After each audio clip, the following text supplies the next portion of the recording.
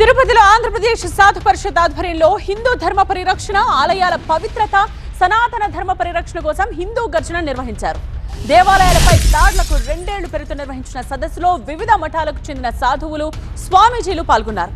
5 ఏళ్ల జగన్ పాలనలో ఆలయాలపై దాడులు జరిగాయని, కూటమి ప్రభుత్వం వచ్చాక హిందూ ధర్మాన్ని కాపాడుతోంది అన్నారు ఏపీ సాధు పరిషత్ అధ్యక్షుడు శ్రీనివాసానంద.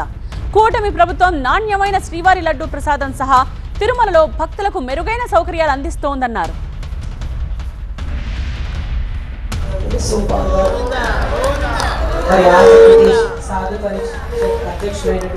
5 సంవత్సరాలలో హిందూ ధర్మాన్ని ఎంత వెనక్కి నెట్టారు, హిందూ దేవాలయాలపైన దాడులు ఎన్ని చేయించారు, ఇవన్నీ కూడా చర్చించుకుంటూ ఆ బాధని పంచుకుంటూ ఎన్డీఏ ప్రభుత్వం వచ్చిన తర్వాత రాష్ట్రంలో హిందూ ధర్మం ఏ విధముగా చక్కగా ఆలనా పాలన జరుగుతున్నది, రాష్ట్రంలో దేవాలయాలకి పునర్జీవం ఎలా కలిగింది, ఎన్డీఏ పాలన 2 సంవత్సరాలలో ఒకసారి మేము సాధు సంతులు అందరం కూడా ఒక ఆత్మీయ సమావేశాన్ని పెట్టుకొని ఈ 2 సంవత్సరాల్లో హిందూ ధర్మానికి పెద్దపీట వేసినటువంటి ఎన్డీఏ ప్రభుత్వానికి వీళ్ళందరికీ కూడా మేము సాధారణమైనటువంటి కృతజ్ఞతలు